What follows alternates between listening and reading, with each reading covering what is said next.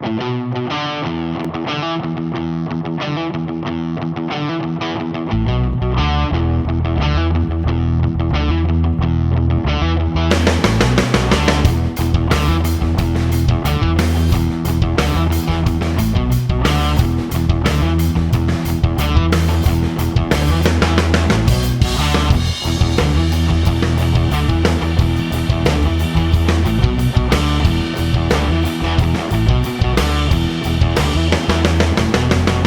all know why we're out here today. We're all out here for the same purpose, to see some forward progression on this issue. There are a lot of you here that sent me your personal stories and testimonies, and each and every one of them is so moving that I don't see how in this year, at this point, it is still being denied. But we're going to keep fighting until we see some progress here. Okay. So, woo! Okay. When I was a child, I started out ambitious and curious and getting into everything like pretty much every other child. Only I had a pretty rough family life. That involved a lot of hardcore drug use in my household and things because they had personal issues that they were not able to deal with. And that kind of affected me growing up. So I spent most of my life sheltered and just to myself and not really wanting to socialize. You know how that goes. By the time I hit teenage years, it had gotten really bad to where I was having physical anxiety attacks and physical panic attacks. And I don't know if you know what that feels like, but it's like your lungs are not getting air, you can't breathe, and then your heart just kind of mimics having a heart attack for a few minutes. It's not a pleasant feeling at all. So, without knowing any history about what happened to cause these changes, why I became this way, so withdrawn and having all these pains or anything, they just decided to slap a label on it and slap me up with some medications. These medications were not just singling out anxiety issues. They were for depression. They were, you know how those medicines work. They're for pretty much all of those emotional issues. Not just what you need it for, but a lot of things that you don't really need it for. And I was being a little more social and going out there, but I really didn't have any emotions. I wasn't myself. It's kind of like a blank slate there. You're just in the motion. You're not happy, but you're not sad anymore either. You're not quiet, but you're not talkative. You're just there. You're just content. And when I stopped them, each and every one of those issues that I was taking them for were back, and not only just back, but about 10 times worse.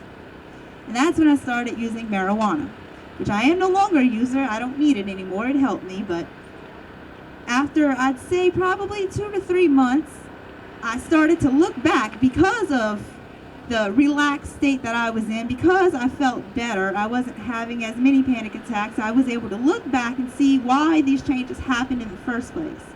It gave me clarity to deal with those issues and to put it past me. And now here I am, not on medication, obviously not antisocial. It really saved my life. It brought me back to being who I started out to be in life. So thank you for that, marijuana. Yeah! As a young teenager, I was very depressed and suffered from anorexia and bulimia, as well as being suicidal. It was so bad I used to even cut myself. When I was about 15, things changed. A friend of mine introduced me to marijuana. It made me feel happy. It made me feel loved. It made me feel safe. My anxiety and stress went away. A few years after this, I got a call from someone claiming to be a friend of a friend, asking if I could help them find some meth. I told them I didn't know where to get that. She kept calling, sometimes 5 or 10 times a day, and sometimes even more. I told them I can't get that, just stop calling. They said, well, can you at least find some pot? To get them to leave me alone, I said, yeah, probably. I'll call you if I can find it. They called me again one day when I was with a friend and asked me if I could get them a quarter pound. I told my friend and he said, let's do it. We can make $100 off of it, why not? So we went and we got the weed and went and met up with the buyers. I was young and naive and never for a second thought it was set up by the cops. We made the deal, and as soon as we pulled away onto the interstate, they blocked us with cars filled with cops and dogs. They interrogated us for hours back at the station. After a few days, there was a knock at the door. My 15-year-old brother answered. He told me it was the cops looking for me. They barged in without showing a warrant and began interrogating my brother, telling him he was flushing dope down the toilet for his sister. They got really pissed because all they got me for was the previous pot charge. I was convicted and went to jail. Once I got out, I was on probation for 5 years, during which I had to report to and pay a parole officer every month, as well as random visits and drug tests. These were the worst years of my life, and I turned to alcohol and became a problem drinker. I would black out every night, and everyone I knew lost respect for me. I got a DWI and my driver's license revoked. Then one night, while drunk, I was gang raped. I had really hit bottom, all because I couldn't smoke my personal miracle. I can't understand why alcohol is legal and marijuana is not. Marijuana could help me and so many others cope with our struggles in life if it were legal. Today I stand here and I am not the same naive little girl. They never told me that I could get my voting rights back, but in Louisiana, you get pardoned for a felony automatically if it was the only one you had anywhere and it was non-violent, such as the pot charge. They didn't want us to know this because they want us to remain silent. Once we set up this rally, the libertarians taught me that I had gotten my rights back and I didn't know it. I just had to fill out a registration form, and after a few weeks, I got my card in the mail. I couldn't believe it. I had my voice back. I stand here, a registered voter, once again. They can't ignore me now because I do count. Let's join our voices as one, and they will have to listen. We are a grassroots political party working to reduce the size and the scope of the government. We want to get back to following the Constitution. We believe in individual liberty and personal responsibility, more freedom and less government. Libertarians are a little bit like the Republicans when it comes to economic issues because we want low taxes, less government spending, and we want to balance the budget. Now, we're like the Democrats when it comes to social issues. We believe the government should stay out of marriage. This is a contract between two adults and the church, if you will. You should be able to marry whoever you love. The government also needs to stop spying on Americans. Stop collecting our private data. We want to end the war on drugs. It is your personal choice to put in your body what you will, and we must end the police state. Libertarians support decriminalization and legalization of marijuana. We believe medicinal marijuana should be made available to the sick and needy, effective immediately. We support opening up the hemp industry, which will stimulate the Louisiana job market. Libertarians don't promote using marijuana. We promote using common sense. It's immoral for us to support a government policy for kidnapping and imprisoning fellow human beings for ingesting a plant. To use health and well-being as a purpose for this policy is hypocritical, particularly when substances such as alcohol, which is associated with violence, and cigarettes are very hazardous to our health, yet perfectly legal and socially acceptable. Libertarians know that prohibition does not work. The war on drugs is a failure and a farce. We object to the government subsidizing the pharmaceutical industry that pushes dangerous synthetic psychotropics and painkillers down the throats of Americans and drugs like Ritalin on our kids while making natural remedies and treatments illegal. Louisiana taxpayers do not want to foot the exorbitant bill to incarcerate nonviolent, victimless offenses. We look back at the history of anti-marijuana legislation and recognize that this is faulty policy. Louisiana has the highest incarceration rate in the world, with a disproportionate number of minorities imprisoned. This is unacceptable. Louisiana has the strictest sentencing guidelines for marijuana compared to our neighboring Gulf Coast and southern states, and nothing constructive to show for it. It is time that the people of Louisiana stand up for our liberty and freedom in regards to marijuana legislation and for all of our constitutional rights. The Libertarian Party is a political party working within the political structure, within the political system, to fight for marijuana freedom legislation. In order to change the law, you have to work with the legislators. We are prepared to do just that. We're the third largest and fastest growing political party across the nation. If you combine all of the members of all of the other third parties, they won't equal our size. Americans are so dissatisfied with the two-party system, and we believe liberty and freedom is the solution. First off, I want to thank Carrie and Candy for organizing this. If it wasn't for them, we wouldn't be here. And if it wasn't for you, we wouldn't be here. I would also like to give my sympathies to the family and friends of Mr. Bernard Noble, as well as Mr. Noble himself, who is serving a sentence of 13 years without parole at hard labor for the crime of having 2 joints in Louisiana. On a more positive note, I would like to congratulate Willie Nelson on his 81st birthday recently. Also, earning his 5th degree black belt, as well as his 9 platinum albums and his 2 double platinum albums. But who knows how far he could have gone if he hadn't done pot. Now, I'm not going to get into what caused me to be on drugs. I mean, legal drugs. But I'm on several different ones from 2 different doctors, talking hundreds of dollars a month. And they come with extreme side effects, vomiting, high blood pressure, low blood pressure, heart palpitations, heart attack, stroke, extreme tiredness, falling asleep, thoughts of suicide, and my personal favorite, death. Medical marijuana would replace probably about 75% of those drugs with no side effects whatsoever. The state and the feds, as of right now, has spent over $17 trillion on the war on drugs. Now you tell me, are the drugs gone? No. The only thing that's gone is that $17 trillion that we spent. So, for the first time in our adult lives, we are the majority. And I say, and no longer do we have to hide like rats and roaches in the shadows, hoping no one shines a light on us.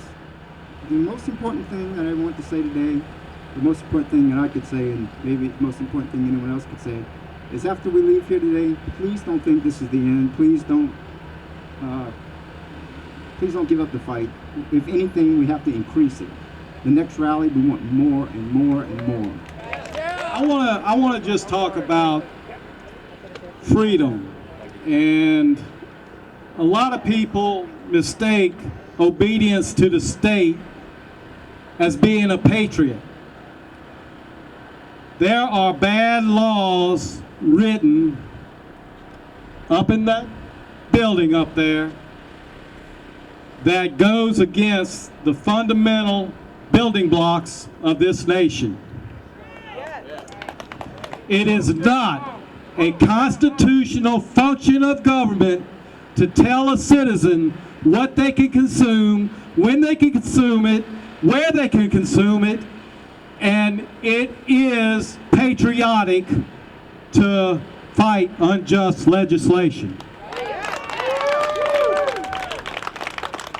Now, a lot of people are stuck in the state prison system, and it is a corrupt system ran for the profit of sheriff's departments, DAs, judges, and the prison industrial complex.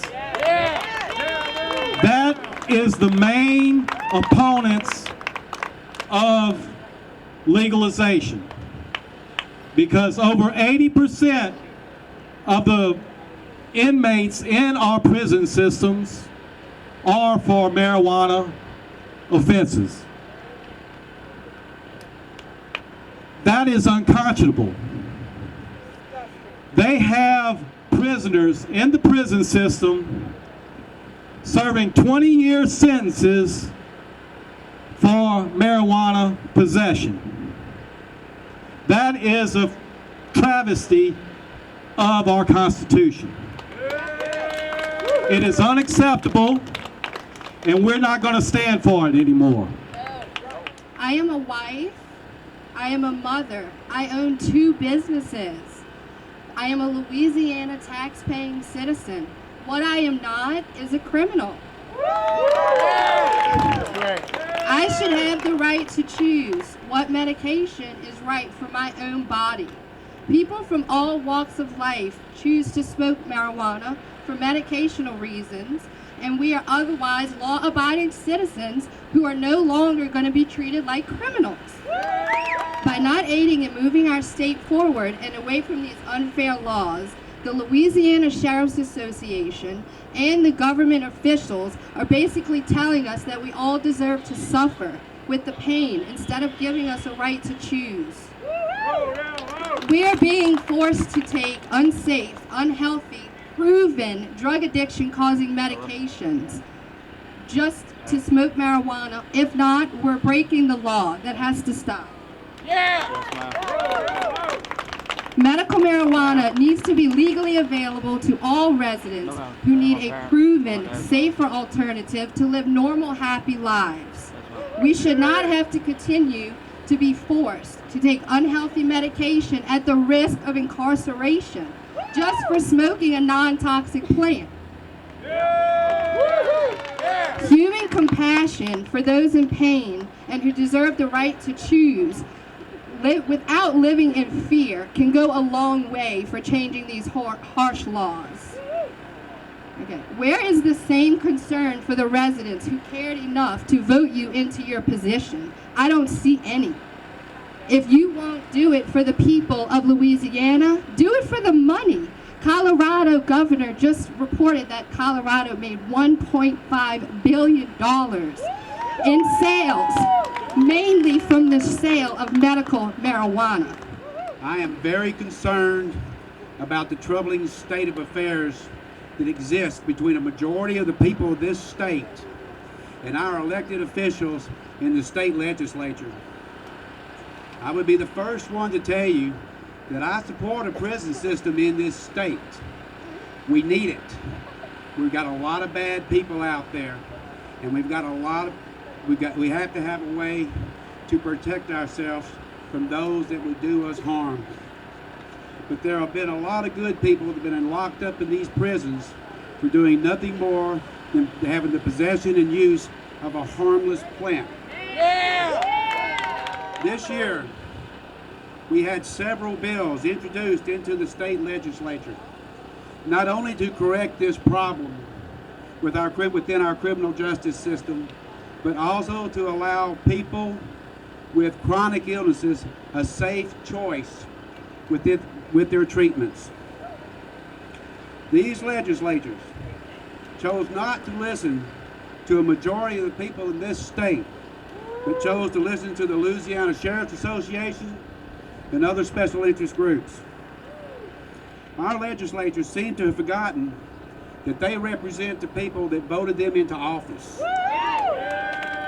When they side with lobbyists and special interest groups, they violate the trust that exists between the voter and their duly elected representatives.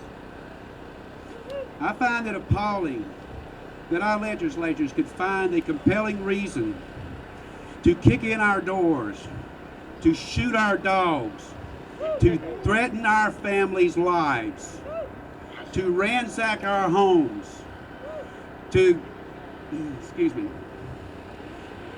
steal our computers, to steal our personal information, to steal our guns, to steal our cash, and to steal our stash.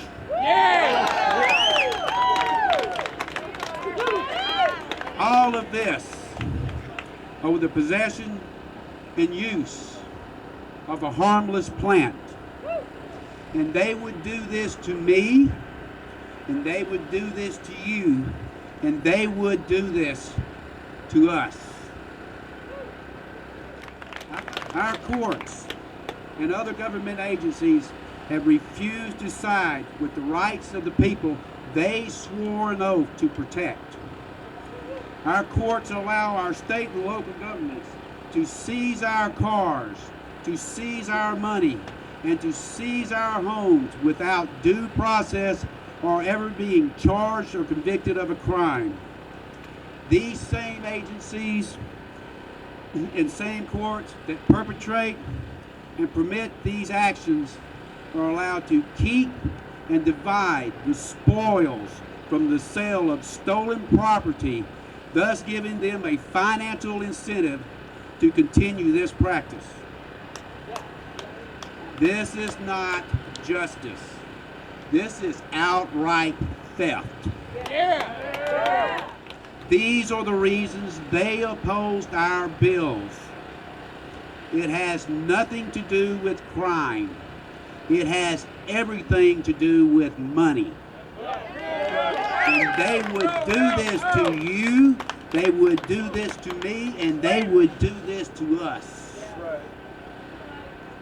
And all of this is being perpetrated by the very same people that we entrust to protect us. The only way that we can change any of this in this state is through our state legislature.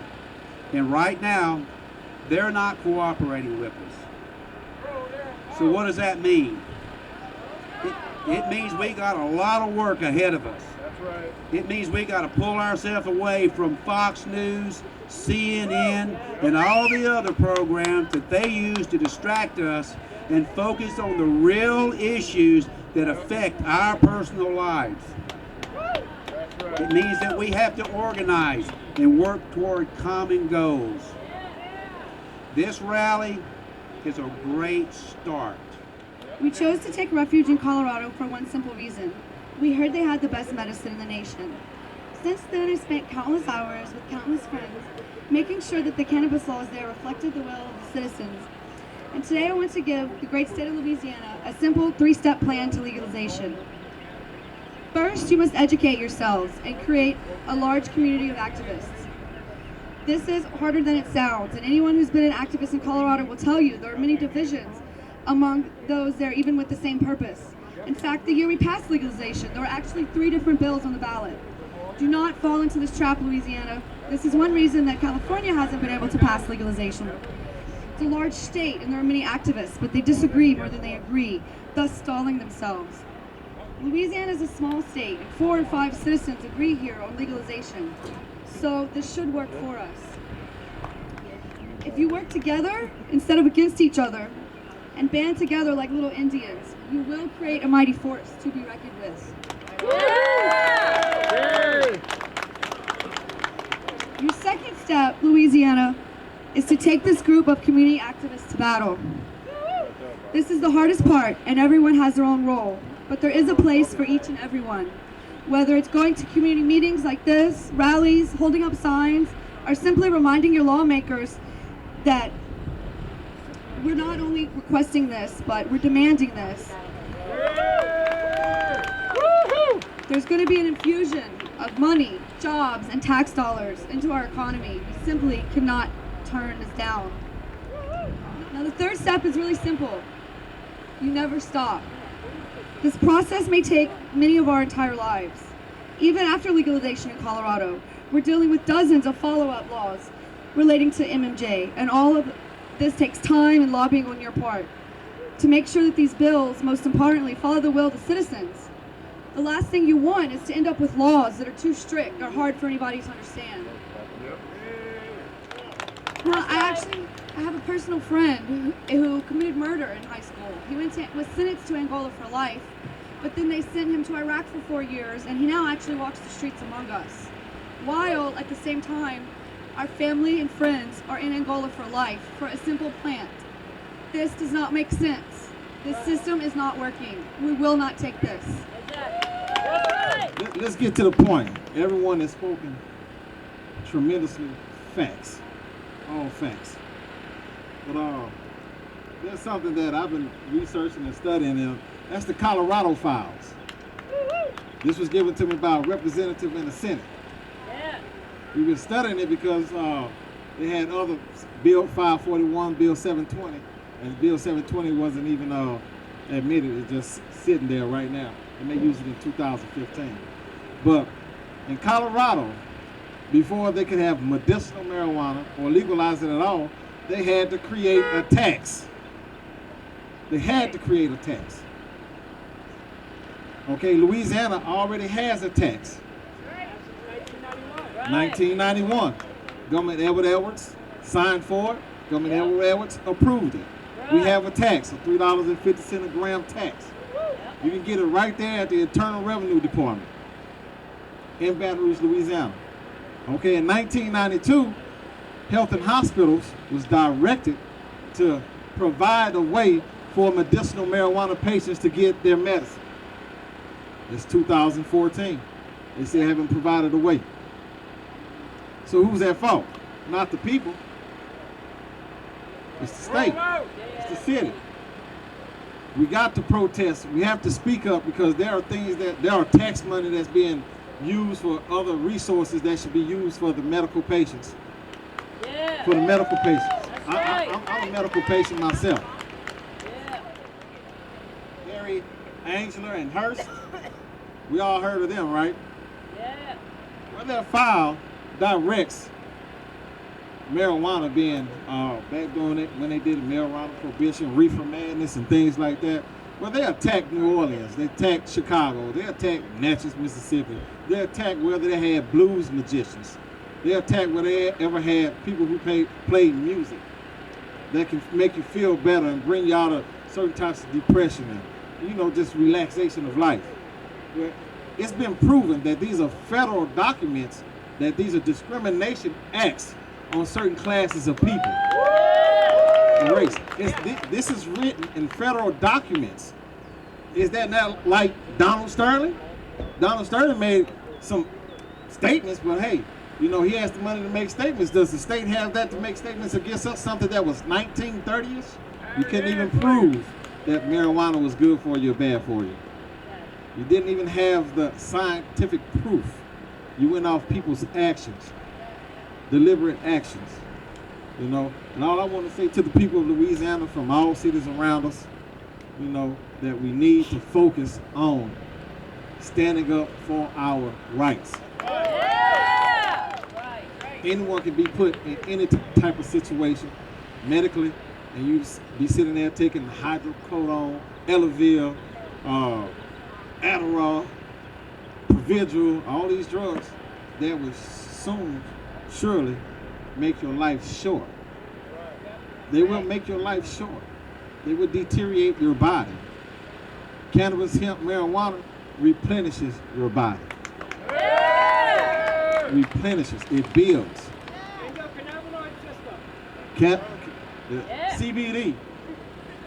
If you go take a drug test, they look for cannabinoids. They look for the increasing rate of cannabinoids in your body. LSU, everybody's favorite school right now, they have proven that marijuana, cannabis, CBD, HCC does something to the cells in your body that will fight AIDS. It lowers and increases. It lowers and increases the growth of AIDS, where your body can build up an immune system to rush and fight. You know, what are we waiting for? What are we waiting for to stand up here every day? I can't say every day. I'm disabled, so I can do that. You know, I'm not going to say every day, but maybe we need to make it a point that we're not going to give up, because there are other people, not just there's other people that need it instead of suffering from the pharmaceutical pills that we're suffering from today. I sat at my house today and decided whether or not I was coming. I know each and every one of us are being watched. I don't care anymore. I have to speak up. I have to speak up for each and every single one of you. I have a beloved husband who was born with an autoimmune condition commonly known as psoriasis. It's a reasonably common condition, but in his case, it's quite severe. In his case, his body's immune system is mistakenly attacking his body, his skin, and his organs. Every bit of healthy tissue and cell is being attacked. The goal of treatment is to control symptoms and lower the risk of secondary infection, as there is no known cure. At this point in time, the only treatments allowed by law are, y'all excuse me, I'm fixing to get a little science on you. Let's go. At this point in time, the only treatments allowed by law are topical, phototherapy, and systemic treatments. Topical creams have been known to the medical community to be basically ineffective in the treatment of severe psoriasis because the body is so irritated that the medications cannot be absorbed, therefore rendering them ineffective. Phototherapy is a not so common treatment that is only used in the very seriousest of cases.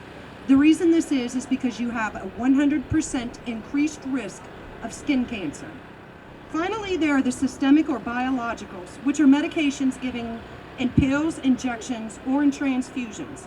The way these medicines work are by suppressing the body's immune response by suppressing the immune system. Many of the best systemic treatments, such as Humira, Amerivi, Enebro, and Remicade, include such health risks. Y'all get ready for this. This is actually on the warning labels. The side effects are skin cancer, lymphoma, inflammation, secondary infections, extreme physical discomfort, mood swings, hypertension, thyroid disease, type 2 diabetes, heart disease, and this is the best one. And this is his words exactly. I'm sorry, y'all, it's hard for me to even say that doctors want to save my husband's life with a medication like this. Last but not least, there is an increased rate of mortality and sudden death, which means that he can go in for a treatment for a condition that makes it damn near impossible for him to work and die. Now, scientists with the dermatology department of Sriracha University Medical Studies studied the effects of cannabinoids on patients with severe psoriasis. And their research showed that cannabinoids administered in all forms, oil, consumption, topical, and inhalation, well, pretty much the anti-inflammatory properties and regulatory effects on the autoimmune system, they highly recommend that cannabinoids be a viable treatment for patients. Moreover, they observed that the cannabinoids were readily absorbed into the skin and it avoided all toxicity associated with systemic therapies. The research also showed vast mental health and quality of life improvements. And I tell you what, I'm not going to read any more of this. I'm just going to say this. I have never been more proud in all of my life to see so many different faces. I really mean that. I know I come from a very small community, Morgan City area, St. Mary Parish. April 20th, 2011, I was arrested for less than a half of a gram of marijuana. I was racially profiled. I am not the face of racial profilism. I was told, quote, the reason we got you was because you were a giant white girl in a black neighborhood. I don't know about y'all, but I didn't think America had black neighborhoods. Quite frankly, I think everyone has every single same right. That's right. I was placed in solitary confinement because I wouldn't rat behind sticks and stems. The crime lab here in Baton Rouge had to test the crappy weed I had 5 different times to prove it was even marijuana. I received the max sentence because I know my rights, because I spoke up, because I said you can't do this. They took my children away. I was told my business would be shut down. I was told that my marriage would be destroyed. I was told I would never work in the state of Louisiana as a licensed contractor again. Well, guess what, buddy? I'm here. I'm working. I'm still doing what I gotta do. I'm still standing up, and I'm not gonna be quiet. Before I start, I just have one comment. This claim that nobody has ever died from a marijuana overdose, I find that incredible.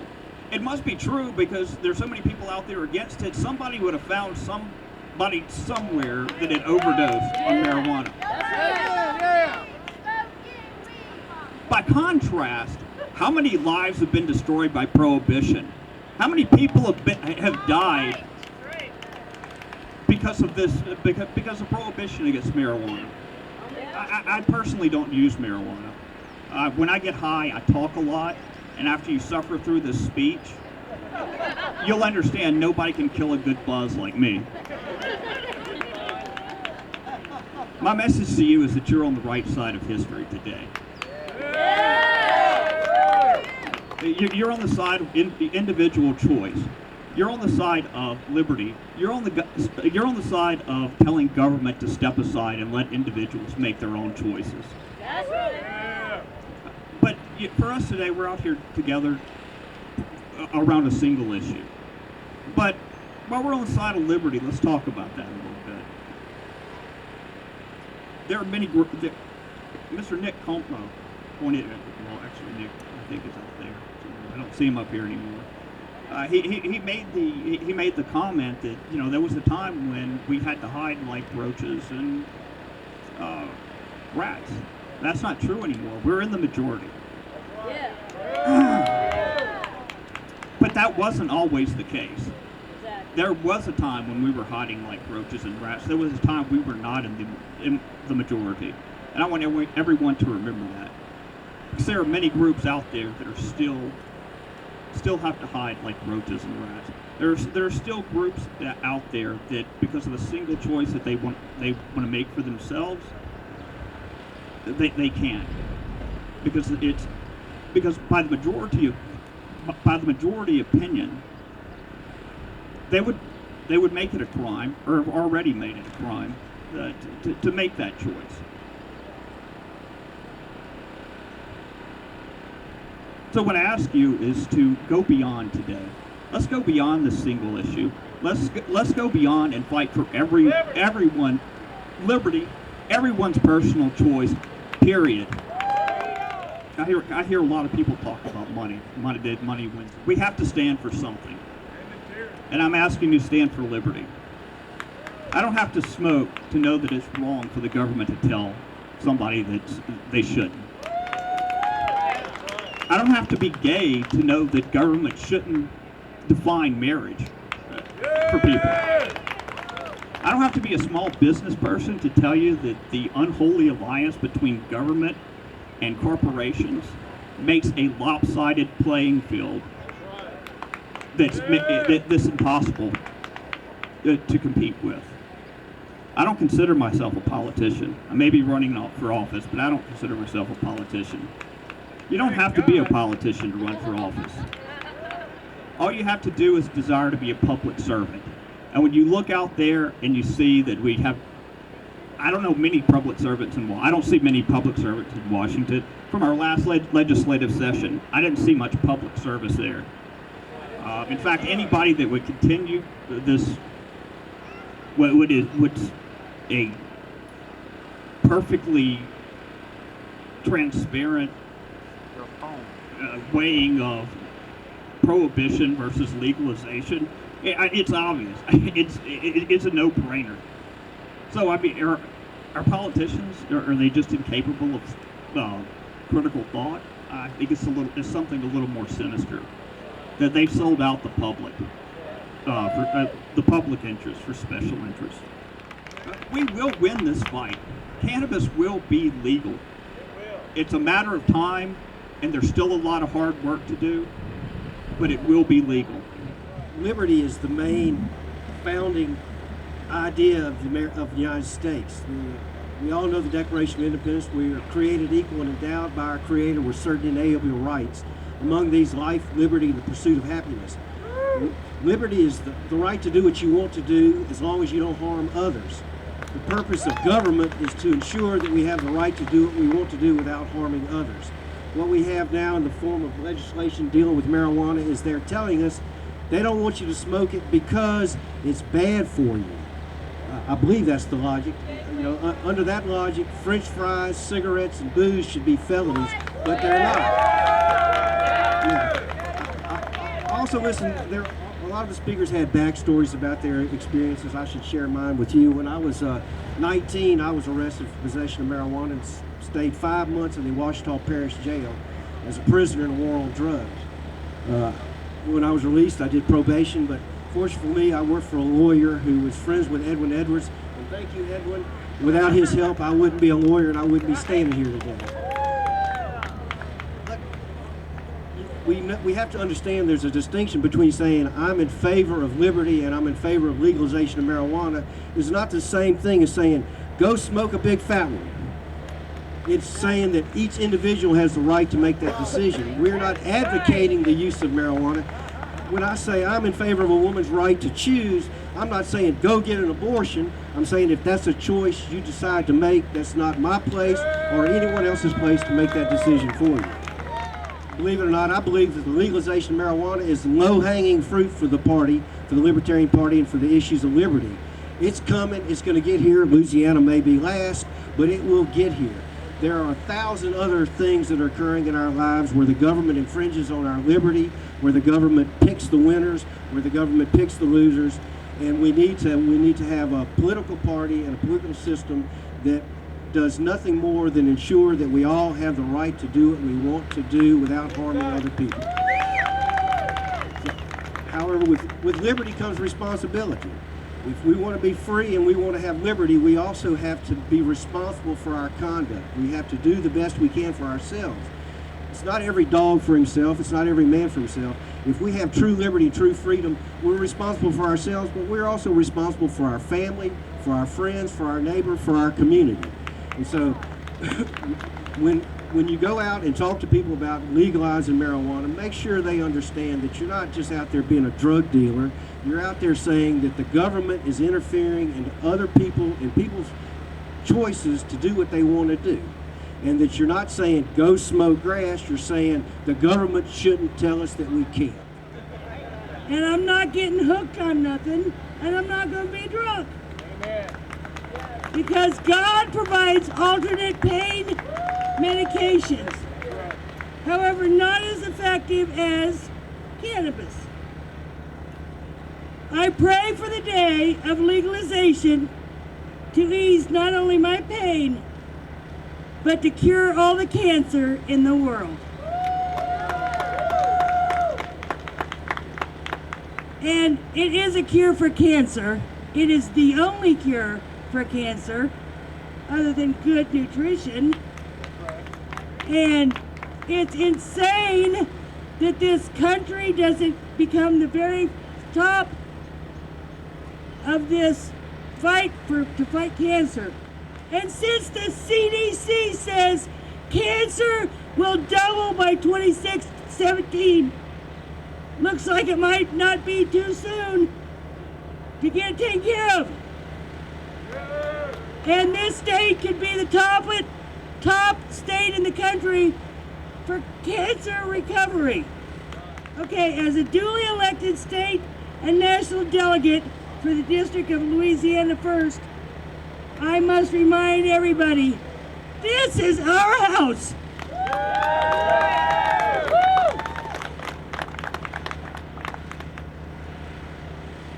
And our politicians in Louisiana should be listening to the people, not the lobbyists. They don't know, but we know. I just found out that California Center for Medicinal Cannabis Research slipped an ingredient found in chili peppers beneath the skin of marijuana smokers to see if pot could relieve acute pain. As expected, it could in certain doses. And it turns out that Taco Bell inquired as to whether the THC gene could be slipped into the chili peppers DNA, as they thought this would be a win-win for their marketing department. Number one, I am in no way an advocate for the abuse of drugs, whether prescription or street drugs. I am an advocate for liberty, however. Number two, I in no way advocate the use of violence to get what you want. Unfortunately, it seems to be that it's the state that's the one that uses violence against otherwise peaceful people, enforcing its vision of what type of life they will allow you to live and what opinions they'll allow you to hold. That's right. The U.S. Constitution was designed to create a limited federal government that was given specific powers. The 10th Amendment points out that all powers not delegated to the feds were to remain with the states and the people. Nowhere in the U.S. Constitution is the federal government given the authority to tell the states or the people what they can think, how much cola they can drink, what foods they can eat, or what plant they can smoke. Now, you've heard many speakers today presenting information demonstrating that marijuana has less or milder side effects than many of the prescription drugs, and in many cases this is the only thing that helps some patients. You've also heard how the drug laws are more harmful than even what the experts say the abuse of the drug is. But all of this is secondary. The point is, who gets to decide for you? You or the state? Does the state own my body or do I? This is a fundamental or inalienable right. The war on drugs has been a colossal failure, costing billions of dollars, ruined lives, and has harmed families. More important, it has been an enormous intrusion into your personal liberties. It's for this reason, and many others similar, that compel me to once again enter into the race of House of Representatives this fall. We all have our own personal reasons for being here today, but I think it's safe to say that we all have come here to let our public officials know that we are here to reclaim our rights. And if they better get on board, or they better get a new job. Everybody's doing awesomely by being here today. This is a beautiful, beautiful, beautiful thing. I am so happy to be here with everyone here. It's hot. This is miserable, and y'all care enough to be here today. Exactly. This is all worth it, but we have to act. Rallies, protests are great because we get to come together and we get to meet each other. We have to do more than that. And even more than voting for liberty-minded candidates. We have to do more than that. We have to come here and we have to tell them what we think, and that we're not taking no for an answer, that they need to listen to the people of Louisiana. They're not listening. They do not listen. They do not care about what you have to say. They don't care about what you think. They don't care about the facts about cannabis. They don't care. We have to get people in office who care. Yes, we do. I'm also a natural health consultant. I deal with herbal medicine all the time. It heals. It works. I was sitting here just putting stuff away, and it's herbs in a bag, and I'm like, oh boy, really, there's no difference. Marijuana is an herbal remedy. It is medicine. It heals. But hey, but listen to your doctor, because your doctor will give you some Xanax, and then you're so tired in the morning, he'll give you some Adderall to help, pump you up, and then give you something else later on after that, and it's a cycle. They are ripping us off. They're taking your money, and not even just ripping you off, they're stealing from you. Your tax dollars stop any progress from happening. Y'all did a great job coming here today, and y'all did a great job of making your voice heard, but we have to do more. The Libertarian Party is the only party that is doing anything. Anything. Can anyone name any other political party that is doing anything? No. Anybody? Nobody? Nobody. Because there isn't. The Libertarian Party is changing things from the bottom up, truly making change in this world. Because we can't just, instead of, we'll lessen this law a little bit, we'll give them a little bit. No, we want change, real change, because the way that they are working is corrupt and it's selfish. I cannot understand how they can put where their priorities are. I can't understand that. We are the People's Party. Yeah, and you know what? We all care about each other. We care about each other enough that we're willing to come here, sweat our butts off, get sunburnt, and talk to each other. And this protest, when everybody's done speaking, let's all get back over in the shade and let's figure it out. Let's make plans right now. Don't just come and say, yay, marijuana, yay. Let's do it right now, right now. The shade is an awesome place to do that. If everyone here just spent 5 minutes a day or 5 minutes a week making a call or sending an email or just talking to liberty-minded friends, because we're all friends here. We're all friends. This is a great place for all of us to come together and really be able to make change by listening to each other and working it out. We have to be able to do it. The Libertarian Party is the only one that's doing it. I dislike political parties as much as the next person, okay? I want to start out by mentioning my personal sort of endeavor with marijuana. And where I started with marijuana was 1968. I played music for a good 10 years of my life, had bands, rock and roll, and everything else, traveled northeast corner of the state. But I was raised in church. It was told to me that rock and roll was evil, drugs were evil, and all that. So I sold marijuana because it was so peaceful to people for money. Made cash, traded it in on something else I got addicted to the rest of my life. All right? So I understand what it is to want marijuana legal. And that is a money thing. What one of the senators told me here recently when we gathered here before was, I'm not interested in your paper. I'm really kind of confused as to what the money deal's all about. A-C-T. Can you say A? C. T. Okay, what's that spell? Okay, what does that mean? It means I'm gonna kick his still. I'm gonna act. Am I gonna act mad or I'm gonna act insane or whatever? I'm acting. Acting is the only way we can change this state. And it's by every person's first choice as to what they want to do in their act. Activities is part of that word. Our activities change the behavior of these guys in here.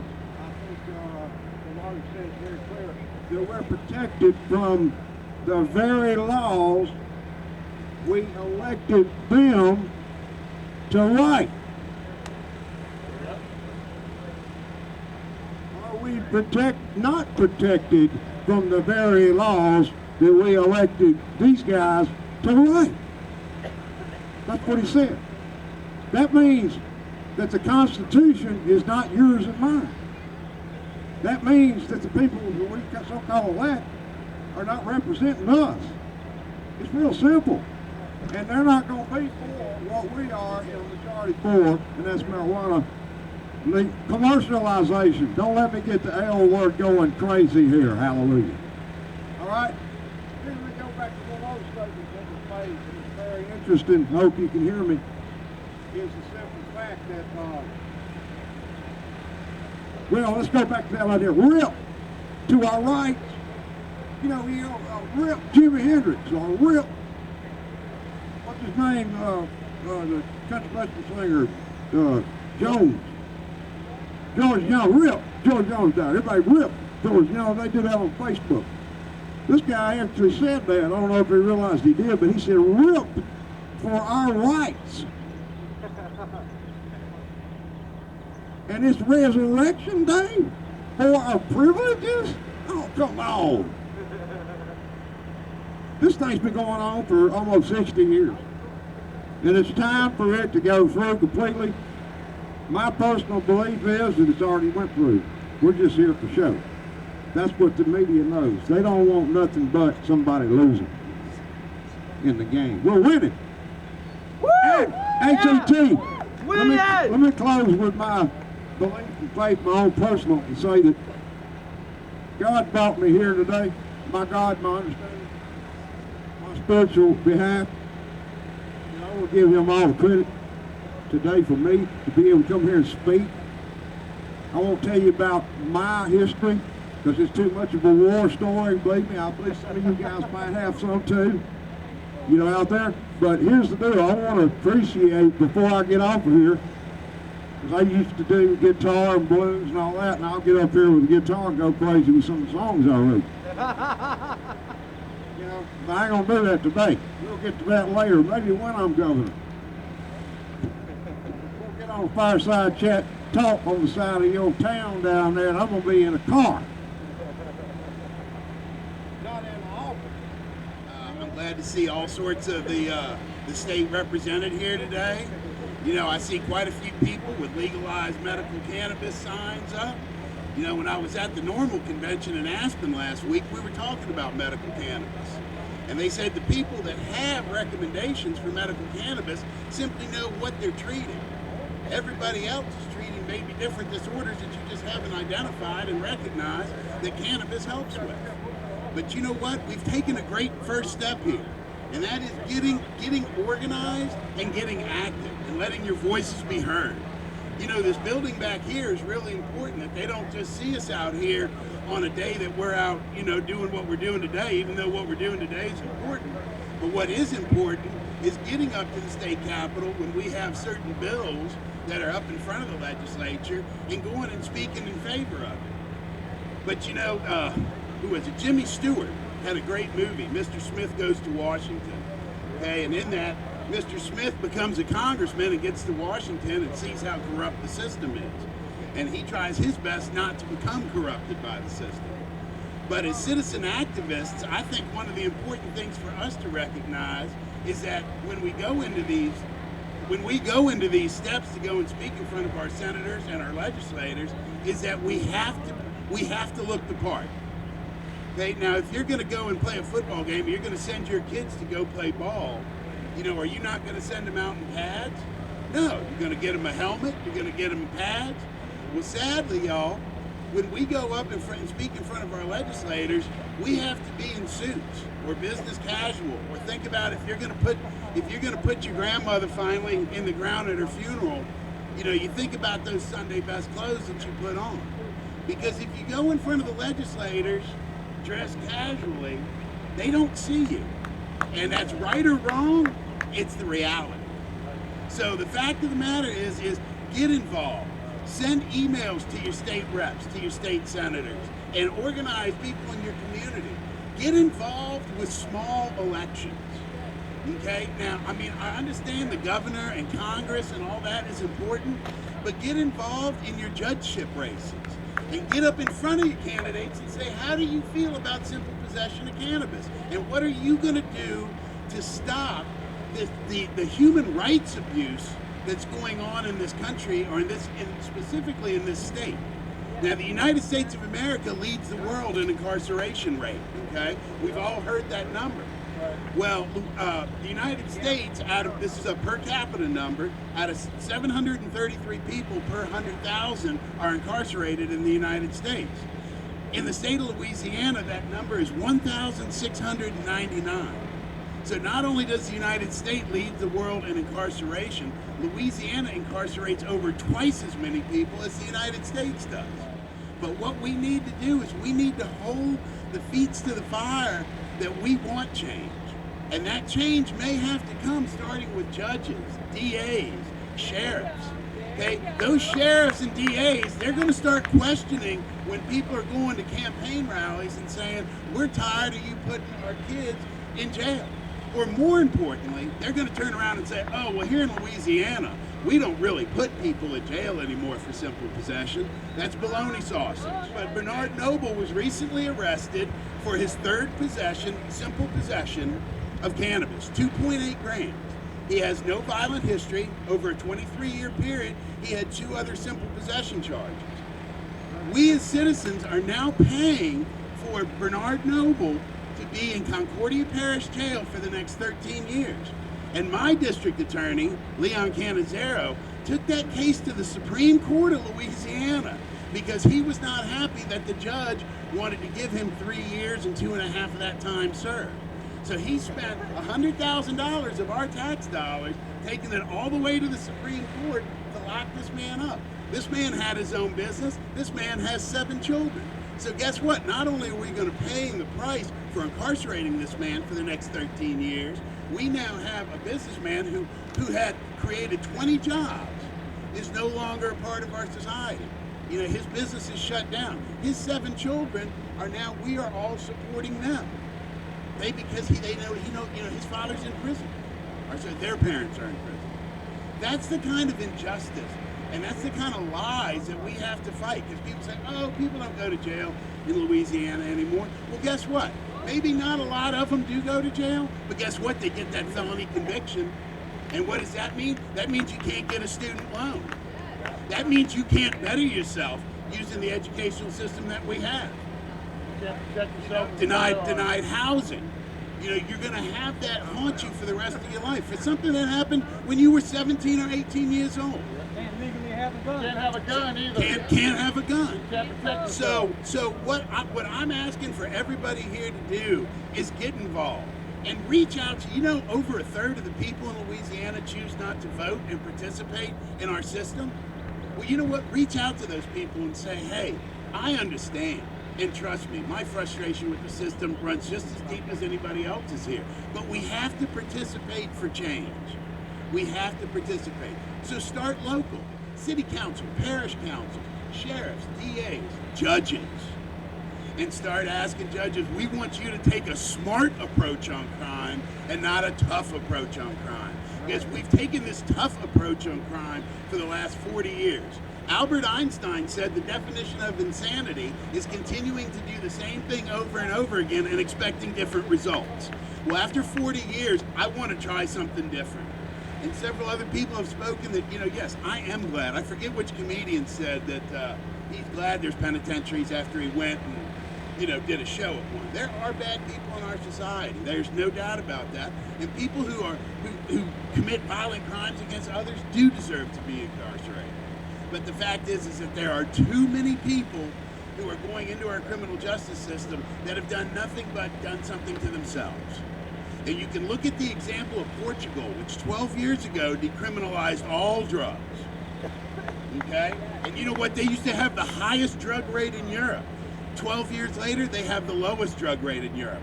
Why? Because the money that Portugal was spending on incarcerating drug users, they put into healthcare. So that if you had an opiate addiction, you could go to a hospital and be checked in immediately. Now, I can't speak for the rest of the state, but I do know that in New Orleans, if you have an opiate addiction, it's a 120-day wait for you to get help. And a whole lot of people die in that 120 days because they tried. Okay? And did a lot of these people, were they buying dope off the street? You know, the typical whatever Nancy Reagan nightmare about junkies? No. They got turned on by doctors.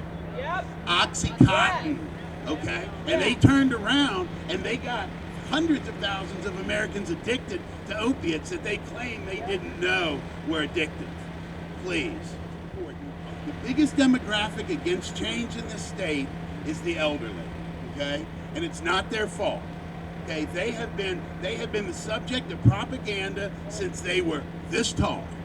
So my thing is, go to your grandparents, go to your aunties, your uncles, your Pa Ran, your Ma Ran, okay, and say, hey, you know, let's sit down and have a talk about this, and see, you know, okay, you don't like the idea of cannabis. I understand that. Grandpa, how do you feel about all the money the state's spending on this? Wouldn't you rather have that money go to the TOPS program where kids can get educated? Wouldn't you like to see kids get the opportunity to get a student loan? And that whatever quote-unquote mistake they made at 18 doesn't haunt them for the rest of their life? That's not my America. My America says that, hey, we do have certain inalienable rights granted to us by our Creator. Right. And I think that we have become out of touch with some of that.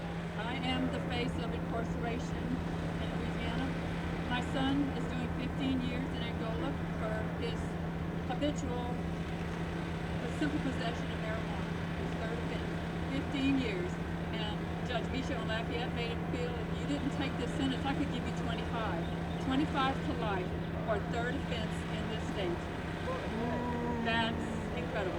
And I appreciate the people that are here from the Libertarian Party or Senator Mills that took a bill out here a couple of months ago that was shot down. But it's not going to change at all if we don't stop the powerful Sheriff's Association. They shot it down just like this. In Lafayette, they are judge, jury, and executioner for simple possession of marijuana. A kid got killed on Congress Street a few years back, chased down by a cop and tased to death. Judge, jury, and executioner. His crime, possession of marijuana. Wake up. It's it starts on the local level. So I appreciate that you guys are going to go in there, but you're not going to do anything when you got the lobbyists of the sheriff's department doing it. So let me tell you what happens a little bit in Angola. I heard in the last couple of weeks that they're going to put air conditioning on death row. Ain't that special? Those guys that are on death row, 99.9% of them are guilty as hell and should already be in hell. They're going to get air conditioning, but my son and the rest of the ones that work the fields and make the clothes, and you'd be surprised the goods that come out of Angola, money in their pockets. They go back to an 80-man dorm with 2 big fans across the ceiling, and that's it. West Nile virus runs rampant. They don't have screens on their windows. If it wasn't for parents like me that work to afford to put money in their commissary, they'd eat the state-issued crap that kills people. Don't go in there sick. You ain't gonna get healthy. I mean, I go in there every other week. I visit my son every other week, and 1 or 2 more of the guys that are lifer trustees are dropping dead. You sick, you're gonna die. I mean, I saw a guy in his 40s one day working behind the snack bar selling the hamburgers, and my son told me the next week he died, had a heart attack. They're not getting meds, they're not getting taken care of, and the bullshit that y'all hear out there is just that. It's not working. And this is marijuana. There's so many other guys in there that are in there for non-violent, to me, criminal acts, doing the same thing. I've seen guys in there that I have met, guys that are my age, and I'm in my 60s. I've seen guys in there that have been in there since they got out of NOM. Their only crime is probably possession of drugs and being poor and black. And they are all over the place. And they're doing life. But let me tell you what the guys in there do, the free people. They go around and they'll set you up to fail. They'll back you into a corner and make you react. You will lose your chance at early parole. They'll see to it. They've got an unlimited supply of labor to work their fields and make their goods that your jeans could be made there. For 2 cents an hour. At least. No, that's barely, what we got paid, barely. 2 cents an hour. I Angola for 2 years. Labor unions should get pissed off. Do something about it. The beef you eat could have been raised on Angola farms and shipped out of there in the dark of night. The things that I have learned got me looking around just 4 or 5 weeks ago about this, and I found out about normal and the rallies and stuff. And thank God for all of you, each and every one of you. It makes a difference.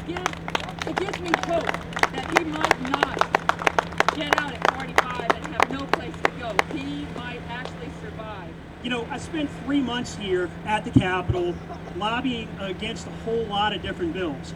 I understand that this particular day is about marijuana and reforming that, but especially the last few speakers, they talked about getting active. You guys have got to become politically active. What the powers that be most want is for you to go home after this rally and go back to your normal lives. You cannot do that if you want your freedom. You have got to invest your time and effort into keeping it. Now, you notice the Sheriff's Association came up. They came out very hard against every single marijuana bill, along with the District Attorneys Association and the Police Chiefs Association. Against the medical marijuana bills, they wrote a letter to Congress along with Buddy Caldwell, the Attorney General of the state, saying that they could not support any legislation that would go against federal law. I find it very curious because one of the issues that I was here lobbying for was an expansion of our constitutionally guaranteed Second Amendment rights. Shouldn't have to happen. But there are laws in Louisiana that go counter to the supreme law of the land, the Constitution. So I find it kind of curious that, by the way, guess who came out against those Second Amendment right expansion for the people? The Sheriff's Association. So it's very curious that they can support those local laws and state laws that restrict the Second Amendment, the supreme law of the land, yet they say they can't support any laws that would go against federal law relative to marijuana and medical marijuana. So it's a lie. It's all about, like what Ms. Patricia was saying, it's about maintaining their power. It's about that $24.36 a day that they get per head fee, and then whatever else that they can put those people to work for and sell their labor. It is slavery. Slavery. Okay? it's our duty as citizens to go out against that. That is the ultimate crime, taking someone's liberty, and they're taking their life. And yet they want to stop people from smoking a plant and engaging in their own free will. So what the sheriffs, in that letter that they wrote, it said, we need to look at the FDA changing the schedule of marijuana. Well, that's going to take and do clinical trials to show that there's any evidence that it can help. That takes 10 plus years to go through the typical pipeline. Well, if you're a sheriff trying to maintain your power base, you got 10, 15 years more. Your career's pretty much done. So at that point, they don't care. It's all about maintaining their power. So what can you guys do when you leave here? Talk to your friends. Tell them nobody got arrested. Tell them to get involved.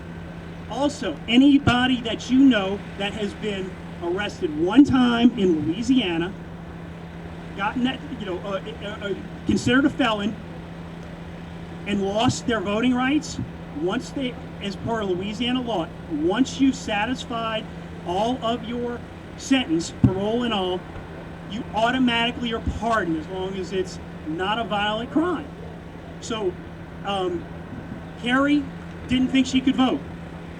Showed her the statute. She registered. She got her card. A week and a half, 2 weeks later. Yeah. You have people like that. These are the people that are interested in this particular issue. Let them know that it's not going to hurt to try. If that's all, if they fall under those particular categories, they're not non-violent felon, register. Because if they've satisfied their parole, as per the law, they have an automatic pardon. Don't become a one-issue voter. And it's not about one issue. It's about liberty. You can get more time for selling raw milk in this state than you can for marijuana, believe it or not. We tried to lobby to get it legalized, and the industries came out against it. So, I think most people here can support people making a choice for themselves. They lined up and they had the agriculture commissioner and the head of the Department of Health and Hospitals come out and say, oh, it's a scourge, people are going to die. Everything comes with risk. People eat oysters, people do all kinds of things. So it's about liberty. Find issues besides the cannabis issue that motivates you and become involved and get more active. And what that does, that helps you establish a relationship with the legislators here, because these are the people that at the present time are able to change these laws. We need to go for the low-hanging fruit. There were no bills this year that dealt with the legalizing the cultivation of hemp. Yet hemp products can be sold legally in this state, and they import the hemp and products. And so why is Louisiana, an agricultural leader, not growing hemp? It used to be one of the biggest crops until '37 when they made it illegal. It was about the chemical industry, most likely. So not getting into that whole issue. We need to go for the low-hanging fruit. We need to work on everything. We need to work on penalty reductions. If we could get everything and have it legalized tomorrow and get people pardoned, that'd be fantastic. But a lot of times when you try and eat the elephant all at once, you're going to get squished, and you're going to end up with nothing. So, we tried to do it by chunks this year, and I was surprised nothing came out of this session. Why? Because the Sheriff's Association recognizes that when you get a little, people are going to recognize, hey, this isn't so bad. The world didn't end.